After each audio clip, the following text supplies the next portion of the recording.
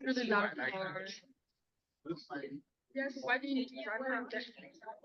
I have one friend who's the boyfriend.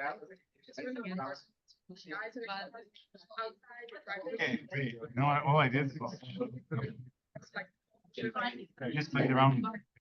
Oh. Yeah. Right. So Arnaud should work now, I guess.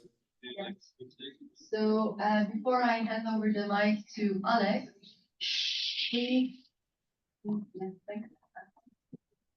we now have the pleasure of having Alex from remote chiming in. We'll talk about the different types of funding. We'll then also talk a little bit about the transformation map and give some insights. And then between this lecture and the part about power well-being that will start at 4:30, you will also have a little bit of time to work on your pitch deck.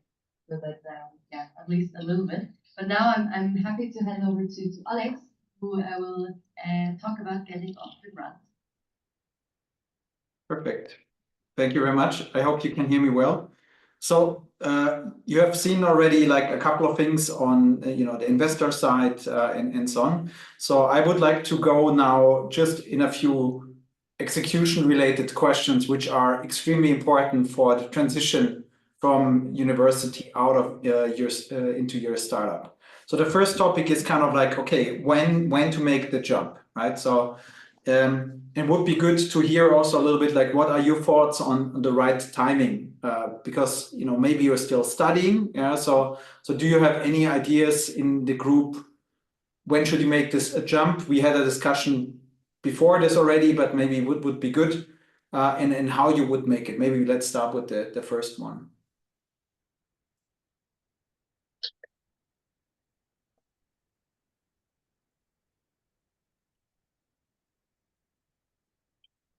I think as soon as possible.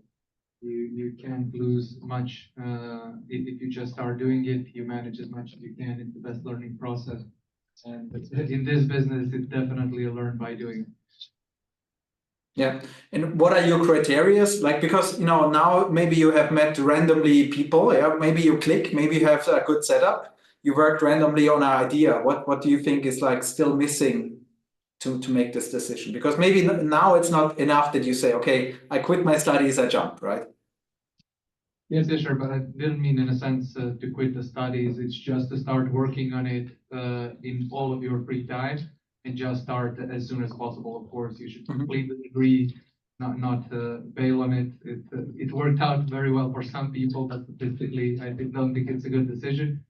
So I just think like working on the idea, getting into the ecosystem, learning how to build a company, you need to start it as soon as possible if you want to be doing it, because it's really a steep learning curve. And the more you learn, you just see, I mean, I went a bit through the journey, so I really saw how much you can learn within a year and at which position you are. So I think that's the best. Yeah, I think there's a fantastic insight in there. Yeah, use the time, like start now, preparing, right? So and use the time to learn as much as you can. Like this does not mean to quit the studies right away. Yeah. Any other opinions? Yeah. Another one for me. I've got a question because I kind of feel like there's also a trend of these forever entrepreneurs that don't do anything but tell everyone they're entrepreneur and just float around. I mean, yeah, this might be a bit of a negative side of it, but I do personally feel like I've seen this with some people that go around town telling everyone they're entrepreneur even though they just don't do anything. So how maybe there is a right time, or maybe there's also a right time to stop, to just get a normal job. Okay. So what you're saying is beware of the lifestyle entrepreneurs who are still studying and just call themselves entrepreneurs and maybe just doing it because it looks good. Did I understand this correctly? Yeah, I just feel like kind of everyone is calling themselves an entrepreneur today. Okay.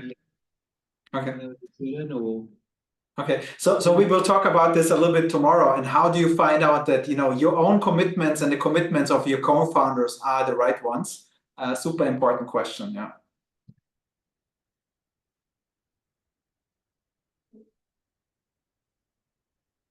Yeah. Anyone else? It's okay. If not, then the second question. Okay, with whom would you make this jump? Yeah, would you feel comfortable doing this with people from your own group, or do you have the feeling you need to meet further people? Like what kind of setup would you like to have? Would you like to have like all competences already represented, or would you be comfortable making the jump when you say, well, we are strong in this, but we're also missing someone in that area? What do you think about this?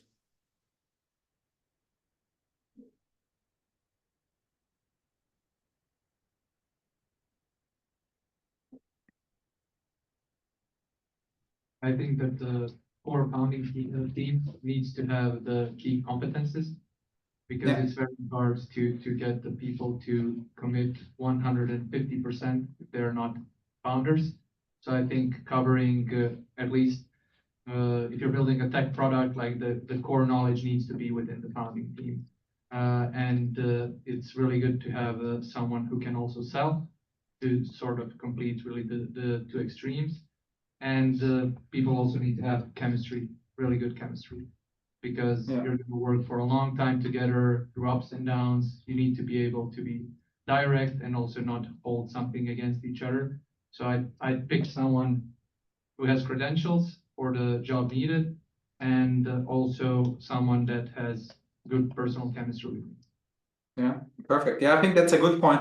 And I think it's also like a little bit for me, this kind of like founder idea fit. Yeah. So you won't be, able to cover all of the competences, but it should feel natural that you get excited about the idea and that you have someone who's equally excited. And yeah, even if you don't have a salesperson, that's not a reason not to start, right? So if this is your problem, the only thing that you should feel confident about is that you're able also to get this excitement with others and hire top people for areas, right? So for some things, selling might be super important from day one. For others, it might be okay if it's coming later, but that's really, really good. Do you have any ideas what you should get done before you make the jump? So what are useful activities that you can do while you're still studying before you jumping into this as kind of like your next job after university? What should you get fixed?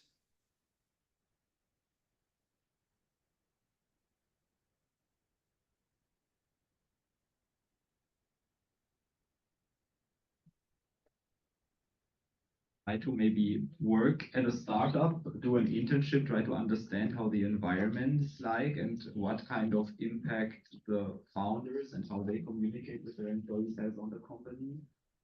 Yeah. Take courses like these. Yeah, that's, I think, like a super important thing, like that you say, okay, how do I start on day one with hiring the first people? What kind of tools do I use? What culture? Like maybe there's things you can learn from others that make it easier on this way. Yeah. So doing an internship might be a good idea. What are other things? So another thing might be, more on the personal finance side, like understanding what's your expenses. We talked about this before on this. And as well, I think also getting some runaway in case if we don't get investments, you want just to bootstrap for the first months and seek investments, I would say. Yes. Yeah, exactly. So if you feel like you're comfortable going the bootstrapped route, yeah, then you need some safety cushion for your side to go. It's completely right. So that the financing question you should be able to answer, and not just for yourself, but also for your co-founders. So for instance, when we started the startup Dakuda, I had at least some savings, but we have two people who had zero savings. So we actually had to lend each other money for the first time before we had investor money to keep us afloat, right? And that needs to be considered as well, because what you don't want is you start in this journey and then suddenly your co-founder says, "Oh, I'm sorry, I have to stop this. I need to get a real job because otherwise I get kicked out of my apartment." Anything else that you would do while still at university?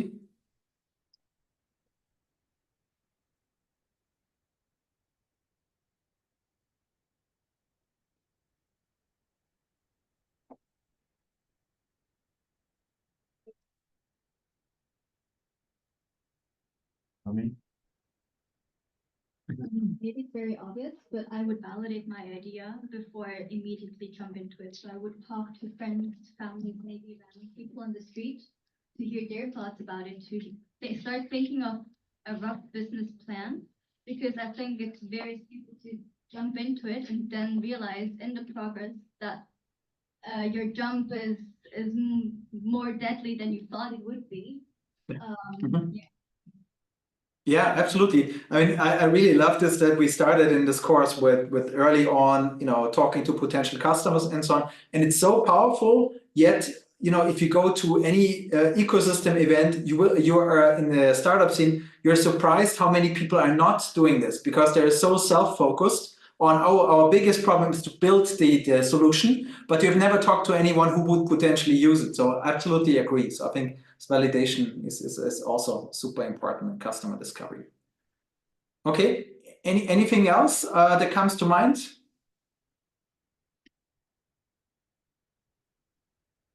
Yes, yeah,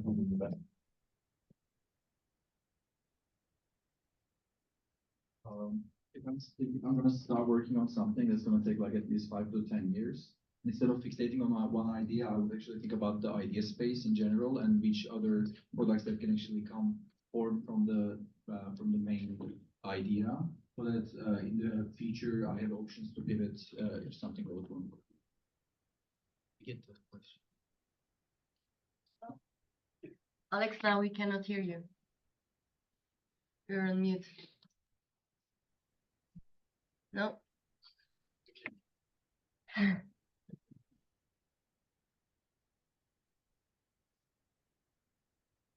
Can you hear me? No, fine. Yeah. Okay, good. Yeah, so I would say thinking too much about what's in 5 or 10 years is difficult because no one can predict the future, right? And I think like if you create a startup, like this is your only way kind of to influence a little bit the future is because you're shaping it in a way. Yeah, so I wouldn't worry too much about what happens if, I don't know, we have AGI in the next 7 years. Will then everything be completely obsolete? Like you will be able to adapt, and I think this is something that is okay. So I think as long as your dream is big enough to start with, I'm confident that you will make the adjustment. So I don't think that there's something that you can do to like while you're still studying. If you're worried about what's happening in 10 years, I don't know. It should get you excited that you say, if this works out, I can imagine doing this for 10 years, but I would not do it as kind of a exclusion topic for this. Okay, let's move a little bit onwards. Like one part that is very important, where to get money, right? And you have learned from Antonia, how a VC works and how that fits in. But the good thing is there are actually several funding sources available to get a smooth transition. So of course you can do bootstrapped, yeah, but there are also, I would say, mixed variants available. So for instance, even before you have established your company, so while you're still studying or doing your PhD and so on.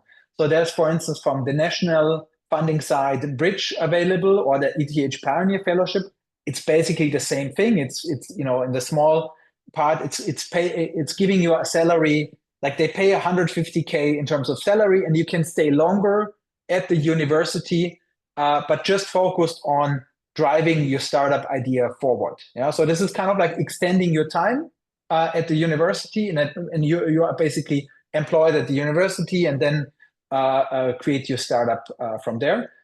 So this is a great funding tool. There's a Bridge. There's a small version of this where it's mostly for you and a co-founder, and then there's another one which is more. It's called like Bridge Discovery, which is for more people as well, right? Then there's Venture Kick, which is like a competition.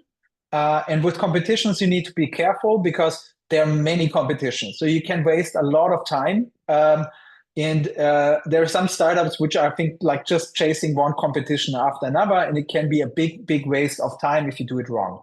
Why I find venture kick interesting is because, like, first of all, you need to apply before you have established your company. So basically, once you have done it, you cannot apply anymore. So this is important from a timing point of view.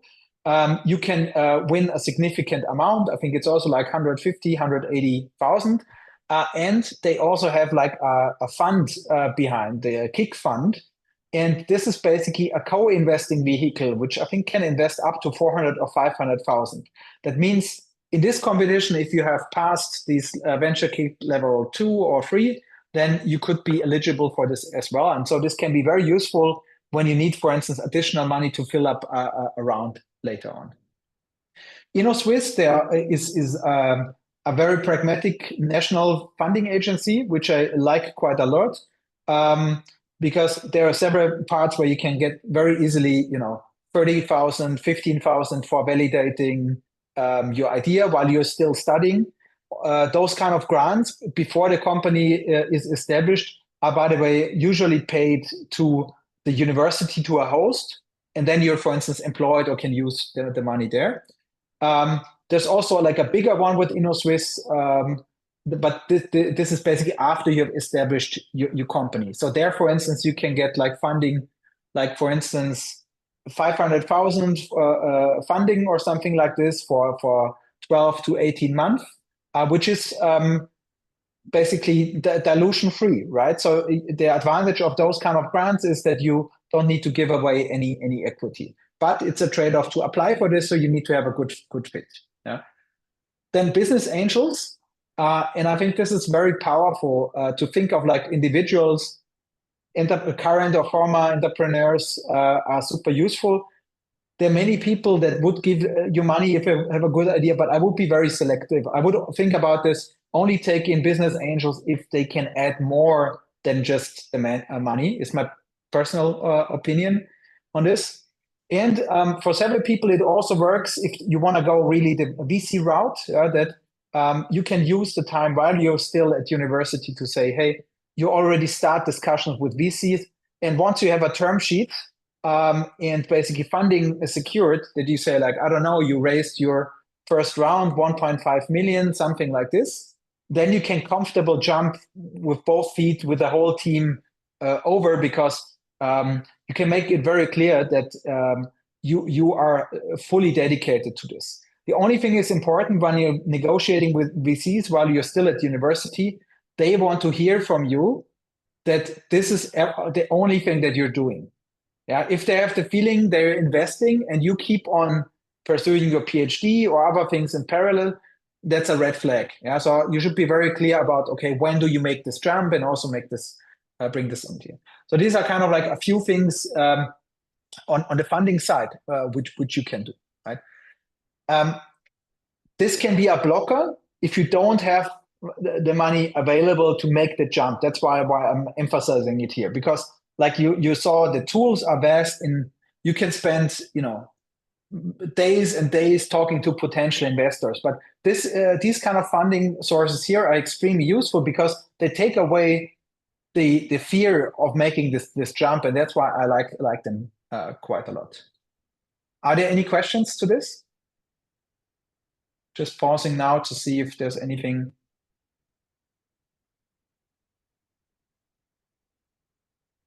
If not, it's okay, but just asking this. Nobody raised their hand, so. Perfect. Everyone happy on the funding side. That's good. Okay, so let's dive in a little bit deeper on the fun topics, why maybe also some things break apart or why they can get tricky. One is you create a company in the beginning, you have 100% of the equity, right? Of the shares, yeah? So, and then over time, of course, you dilute more with every investing round. You're giving away 15 to 25% of equity, so you dilute more and more, right? But the difficult thing that university startups often struggle with is how to split the pie. How do I divide it with my co-founders? And I want to do it with a few examples, right? So let's consider this example. You have 4 people, and I just made up some random numbers. Person A spent 500 hours coding a prototype. The second person also working on a prototype.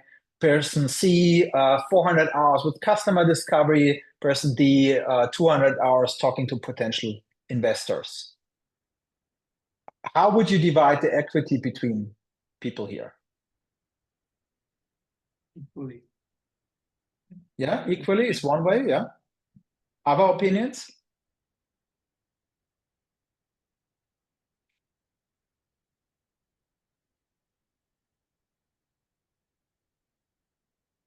No other opinions? Good. Is everyone thinking equally is the best way? Who's thinking equal is not the best way?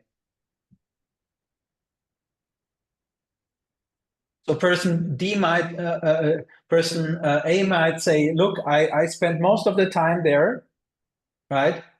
Why should I have the same equity as person D who spent less than half of the time? How would you answer to this? Okay, can you hear me? Yes. All right. So I mean, it's not only like what was in the past, right? Maybe also what's the outlook. Maybe person's D role will change rapidly once they get some money, because then he will be the main guy spending it and also using the time. And also, I mean, not everybody's time is equal. I mean, this is probably not only in the world of startups, but anywhere, right? I mean, just that somebody took 2.5 times more time to do the exact same thing or bring the same exact value to the company as me. That's on him, kind of. Okay. Interesting. Yeah. Other opinions? I also think it's up to the agreement of the person. If somebody's happy with having a bit less, and also which skills they bring to the table, like maybe closing an investor is much harder than doing the coding. It's also a skill that is much more scarce on the market to successfully do that. So I think it should be can be discussion of a value, but in the end, everybody needs to be comfortable with it. So even if it's not equal, people need to be like comfortable with it, because that you said it at the beginning, and then you need to live with it for the next few years. Okay, but in your case, if person A and D were swapped, right? So spent kind of like, 500 hours talking to potential investors and only 200 of coding, would this make a difference for you? Not really. It also depends on what they are coding. Like if person A is an engineer of the world-class skill, and maybe one of No, I agree. Okay. Oh, it works. we don't see you anymore. You don't see me anymore, then I don't know. But I hear you. Yeah, I see it's booting up somehow. No. Yeah, as long as you can still hear me, it's fine. Yeah. But next screen. Now we can see you again. Okay. Okay, perfect. Yeah, so the question is, yes, you need an agreement, but this is exactly, where it's getting sometimes very emotional if you say, well, my work is more worth than yours, right? So you can see how this can quickly escalate, because if all of them are equally passionate about the topic, that might create some friction here. Yeah. Okay. Yeah. Just wanted to ask again, maybe we do a raise of hands. Who would split the equity equally, and who would do it non-equally between the people here? Who wants to split it equally? Okay. Who wants to split it non-equally? Okay, a few. Good. Okay. So I would like to make it a little bit more complicated. So what if person A decides to go for a PhD now? Say, okay, that was fantastic. This was, the majority of the hours spent on this project. But now this person says, look, I invested all of these times, but I'm sorry, I cannot do the startup full time. I still want to do my PhD. How would you split the equity between those 4 people? I think it depends on if the person is still going to deliver value to the startup in the future, or if they're just going to take on an observer position. Yeah, let's say I'm still around. You can ask me anytime if you have any questions, but I'm not going to work for the startup. But does your research contribute to the startup's mission? I believe, because I'm such a great researcher, that this was the key part that gets the startup enabled. This is what I would say, right? So without me, you wouldn't be here today, right? Yeah. So does anyone have a proposal for the funding split, for the equity split? Gentleman in the back, will try. Maybe this question shouldn't really come up at this point, because maybe you should have like split the equity right when you like started working on it, and then I think like Yarden is a pretty good example. The guy who was here yesterday, who also now works with PhD, has the equity and is not directly involved in the operatives anymore. Yeah, but just put yourself to the test. I mean, you're now in the situation, you have met people here. Would you be able to split the equity now with your team? Because in this case, I would guarantee you, when they started, they were all committed, right? That's why person A put in like a significant amount of hours. But then when it comes to the jump moment, this person said, okay, I'm out.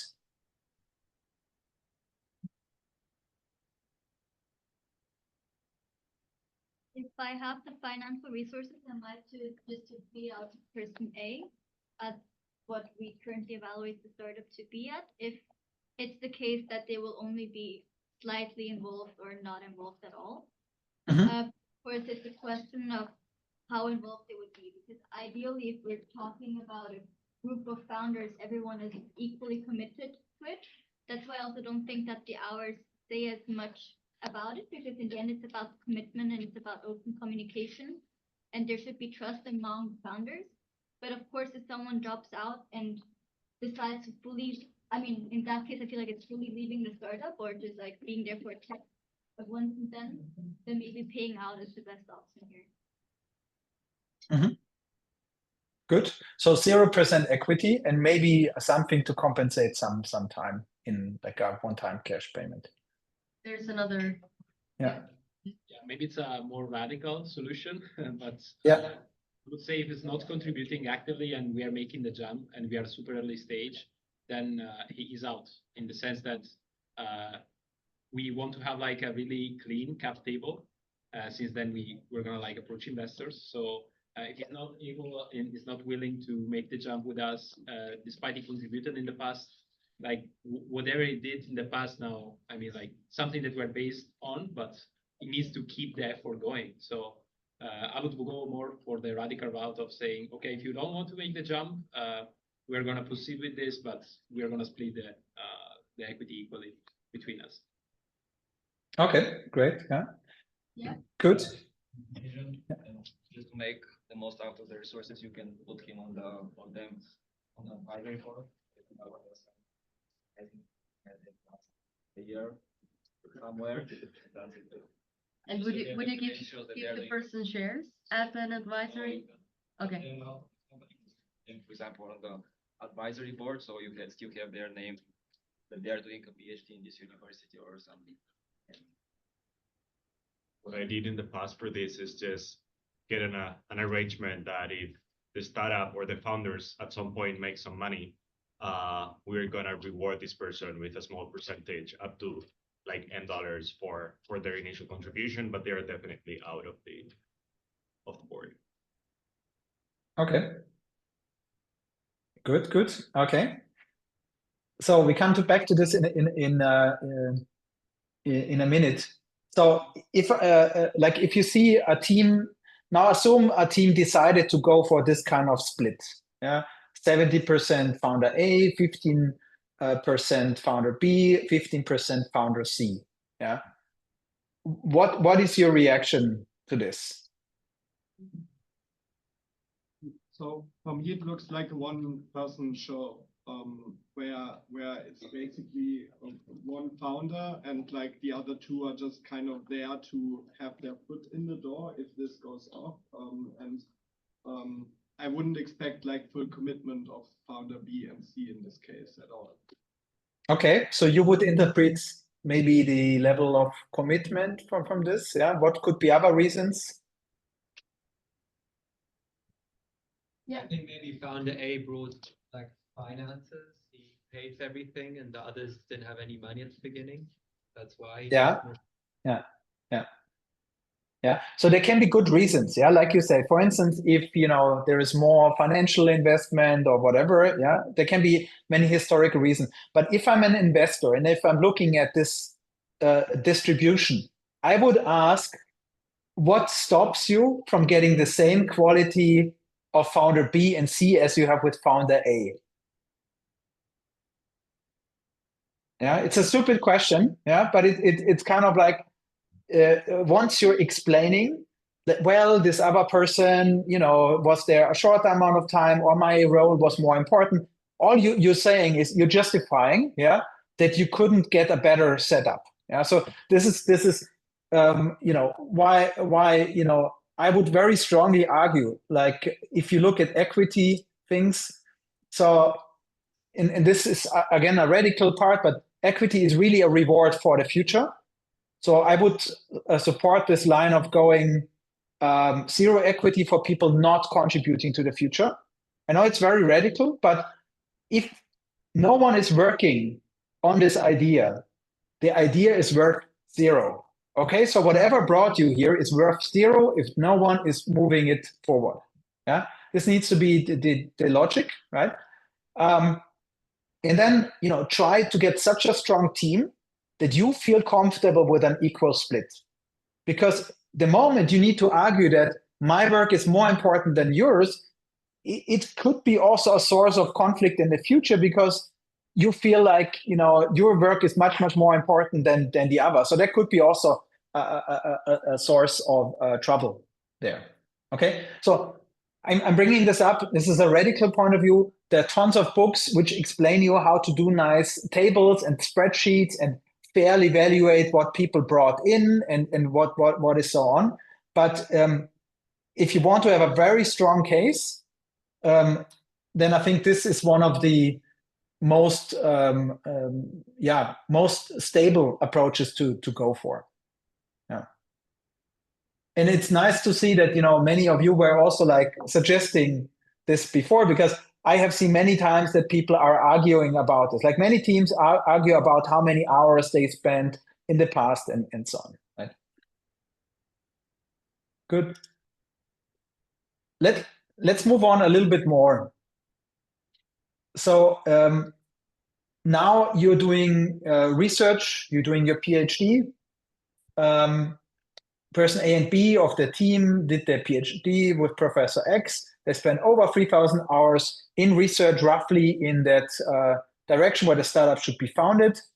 The professor says, look, you only were here because of me. I want 20% of this company. What do you think about this?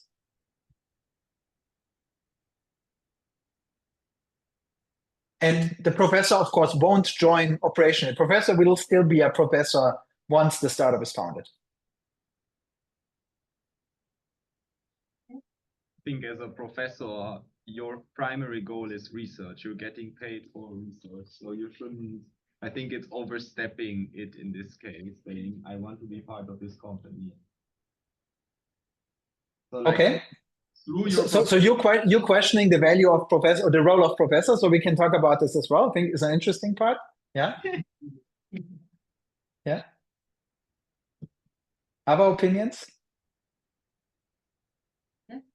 I think 20% would be too high because Yeah. if somebody operationally brings a lot of potential problems down the line, but definitely the professor, even if he's not involved operationally, he brings value in the future. And this is sort of, in my view, best defined as an advisor share up to 10%, depending on how big of an impact the professor has. Okay, so you say you would give anything from 1 to 10% if they stay on as an advisor. Yeah, exactly. And agree to contribute in some way, maybe not work on it operationally, but professors can bring huge value in any case. And then depending on that value and the agreement between the founder or the founders and the professor, I think that would be a fair deal. And it informs the advisor shares. Okay. Any other opinions? Okay. Yeah. Maybe if the professor is coming from a position that the real value is in the IP, right? Not that much into how the startup will be executed, because some startups are based on very simple ideas, some are really based on the IP. If this is a startup that is like heavily based on the IP and the professor really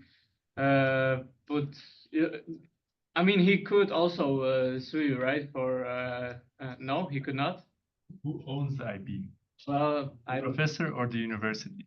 I guess the university, right? In this case. Exactly. Yeah. So Arnold was bringing up an important part. So yes, there might be a lot of ideas and brilliant and IP behind this coming out of the university, but you negotiate them with the university, not with the professor. The professor here, when it says, "Oh, I want 20% of the company," that's a private person, yeah, asking for equity in a private company. Okay. The role as a university employee and PI is a completely different topic to this as well. So I think this is important to distinguish, right? Okay. Yeah. Then. Yeah. Okay. So what can professors bring to the table? I would say we're lucky we have some of the world leading professors in the whole world on some topics at ETH and also at HSG. So they can be very strong assets. They can help with talent flow. Yeah. So, because one of the things is you will want to hire people, and guess what? They attract top talent. Yeah. They can endorse the startup in various functions where they can openly say, "Look, I'm involved in the startup. This technology is outstanding. I was part of the early research, and now look what they did with it. This is fantastic," right? They can invest time in coaching the team, technical, scientific, whatever matters, and they can invest their own money. Yeah.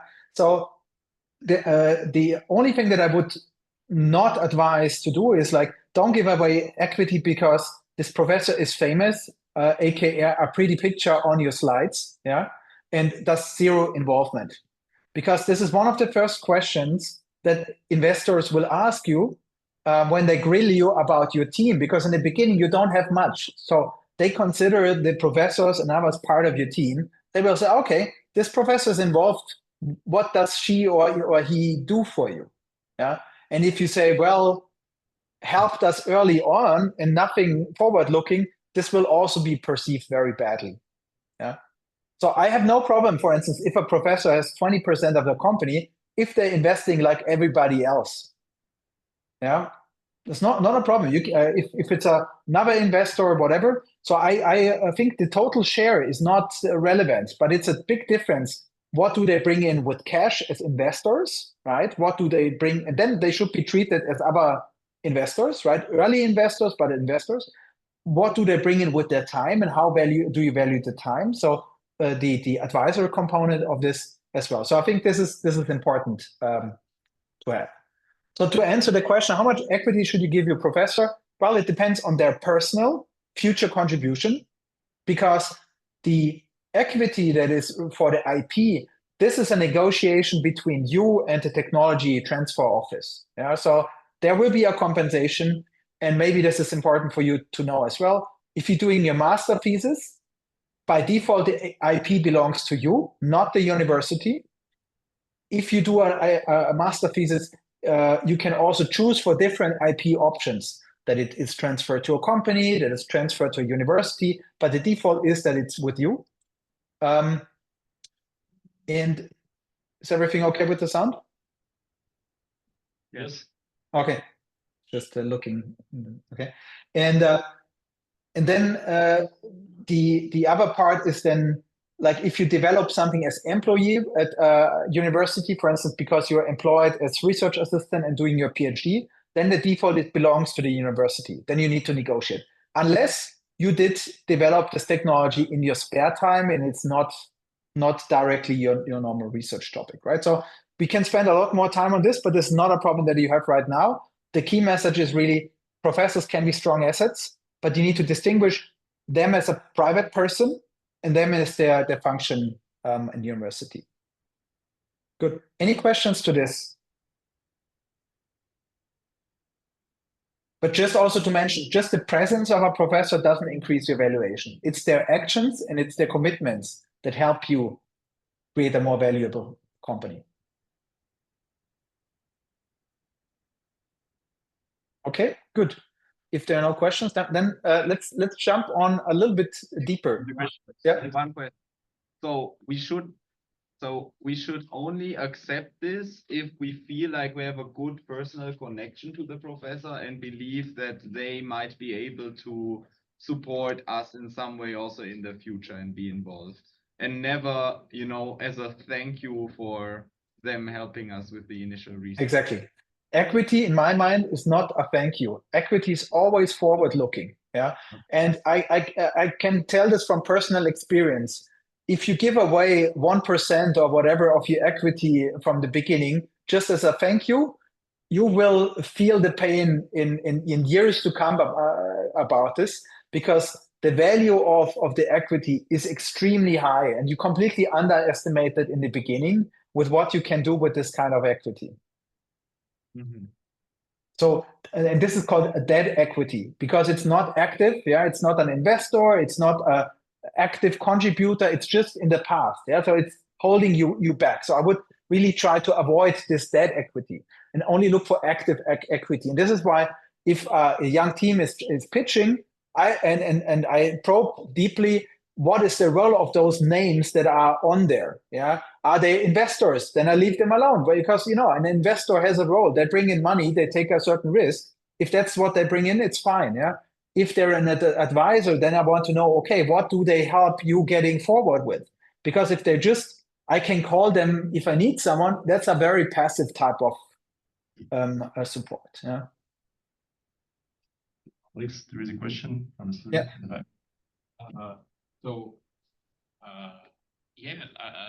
I understood what you meant, and I would summarize it as he's an advisor, you can get network and credentials.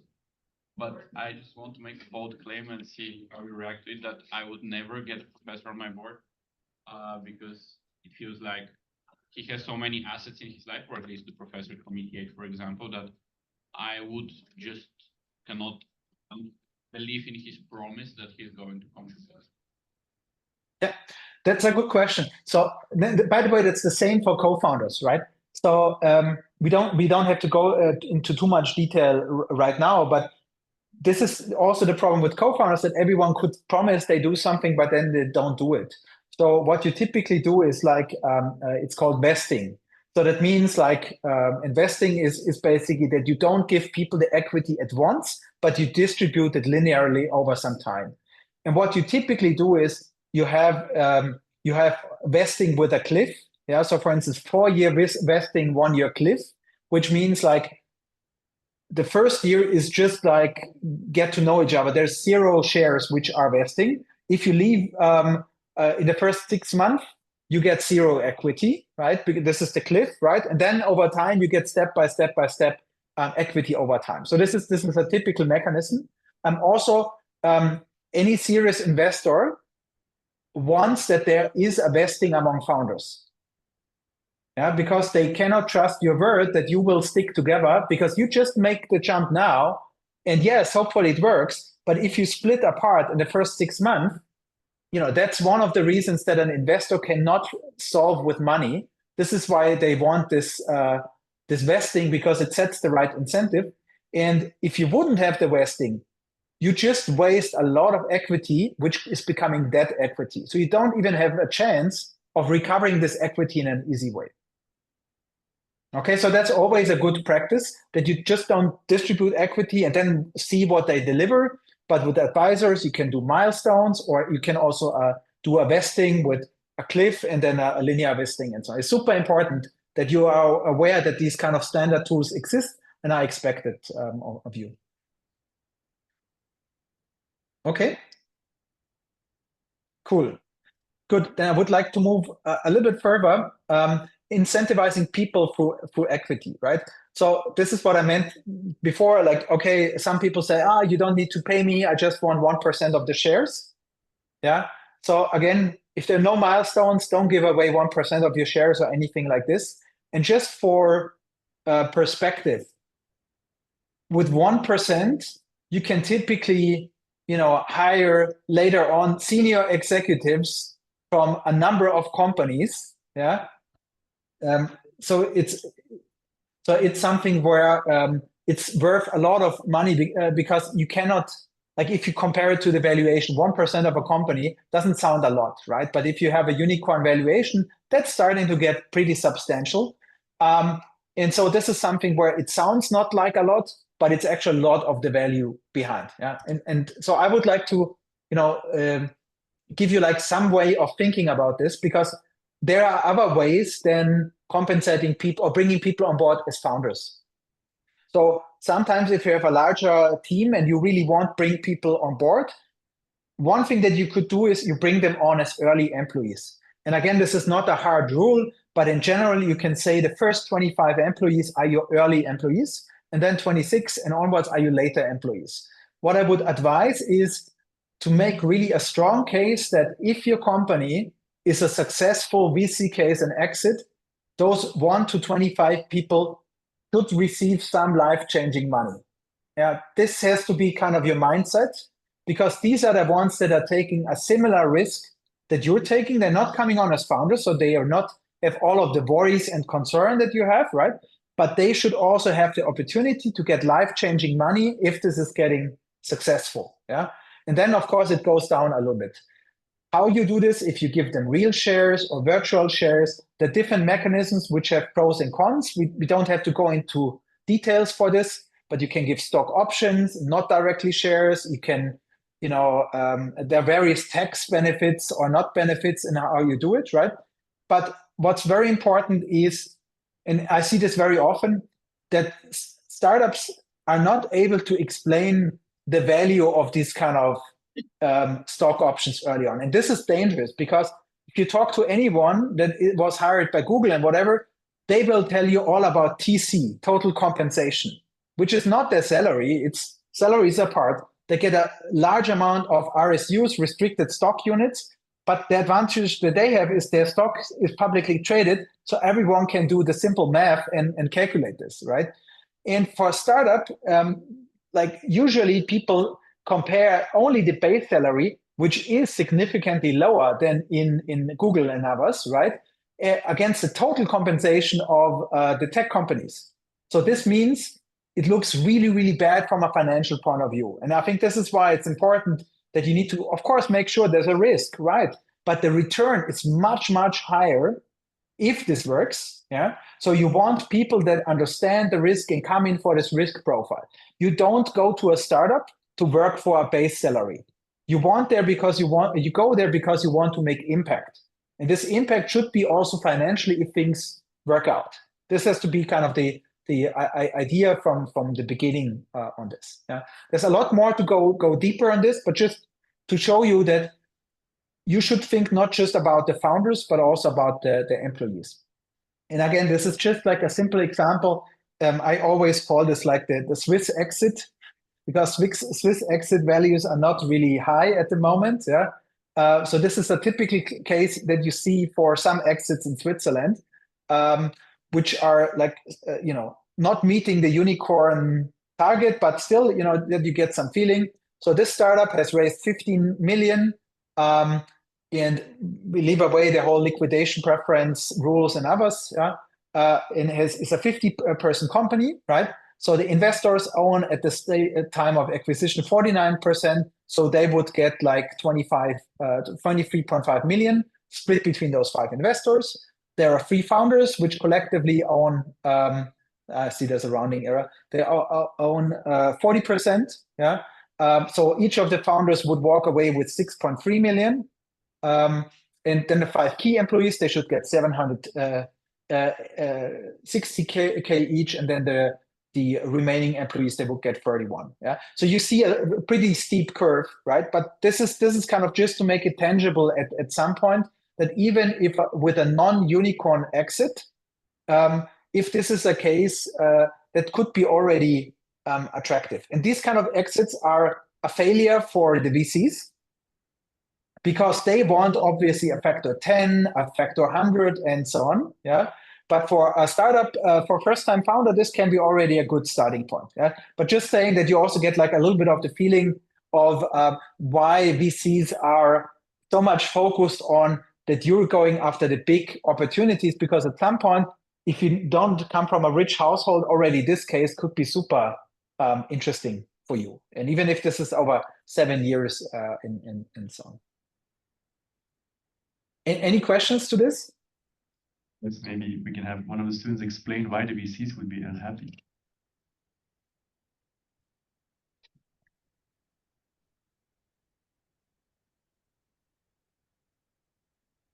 So the question is, in this example, why are the VCs unhappy? Maybe the first one is not, yeah.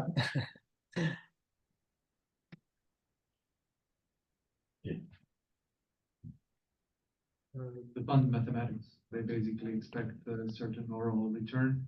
And then if you exit, they might think it's too early. The company could have grown more in value, which meets then their basically capital deployment requirements and the statistics. Yeah. Like in this example, how much is the multiple, more or less?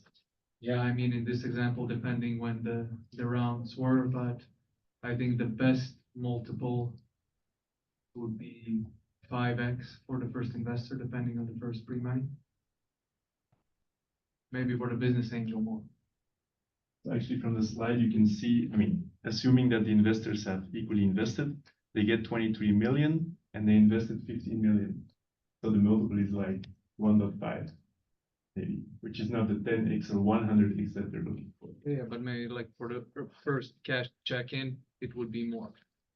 Exactly. And by the way, this is what I really love about, this is, if you have not taken the VC, the tech investing lecture, this is why, like the really early stage VCs, they are always so focused in bringing the next VC because they are passing on the problem to the next person. Yeah. So VCs compete with each other on the same level very vigorously. They will all tell you, we are writing the big check to take the whole round because they don't want let anyone in at this stage, yeah? Because then it makes it easier for them to bring in the next one, right? So they're very hard fighting to keep the other VCs out, yeah?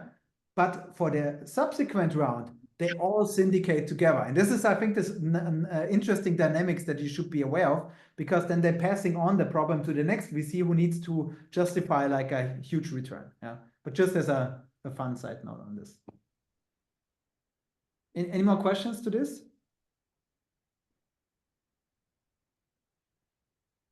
Okay, good. Hands raised, go on.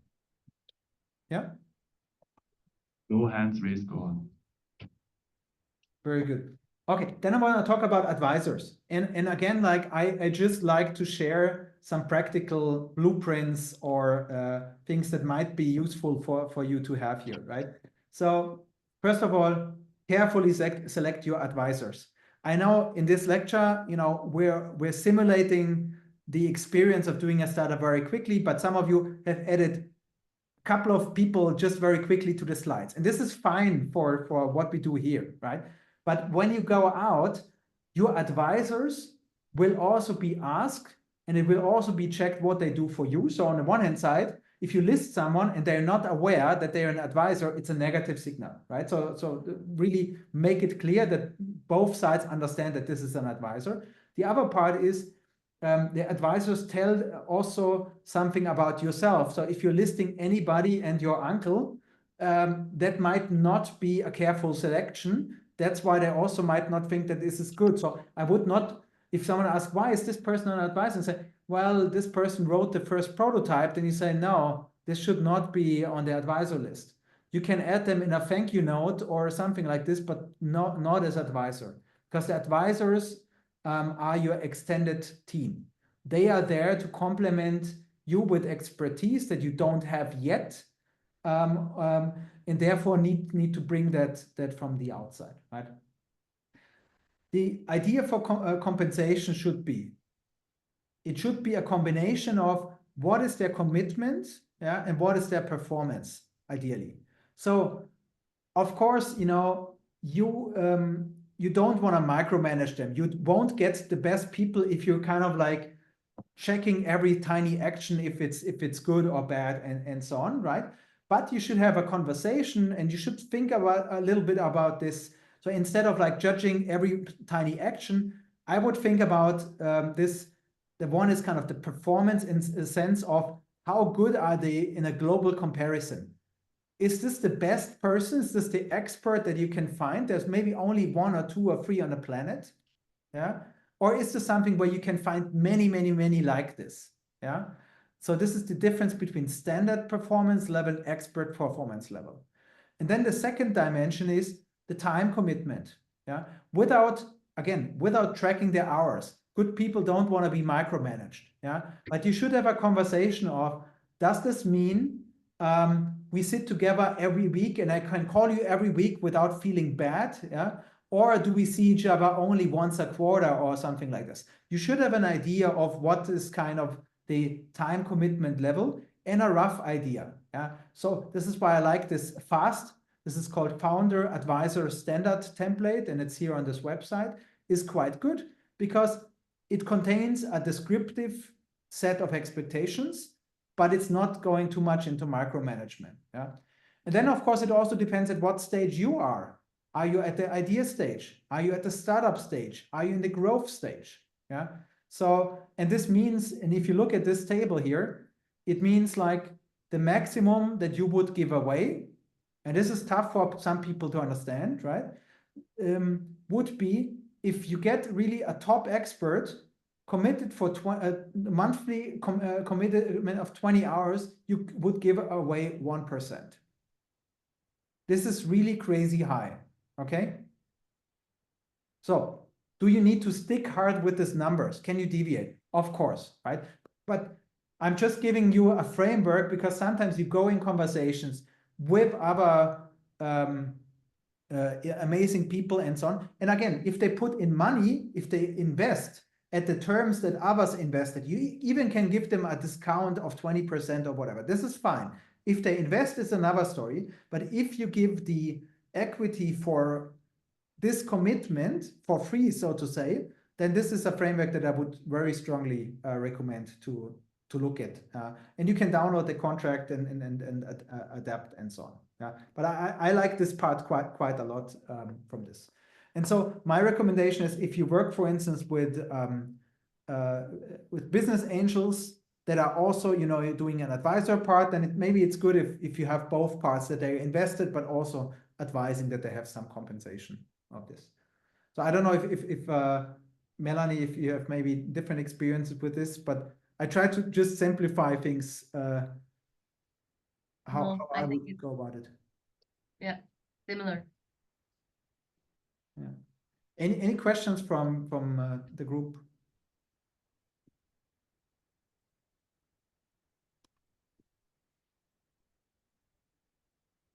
No.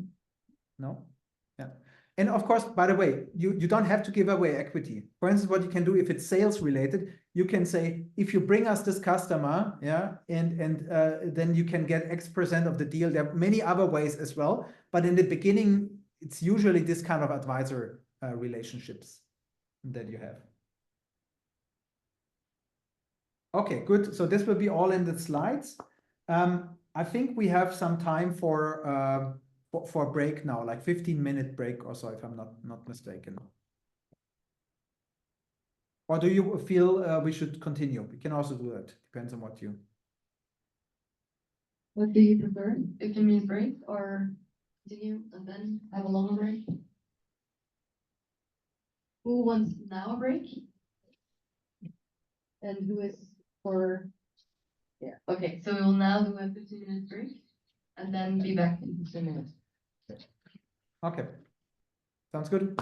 See you in a bit. The other one. Yeah, but they were enough. Okay. Regarding this, Midterm? regarding the, you think, yeah, so on the schedule,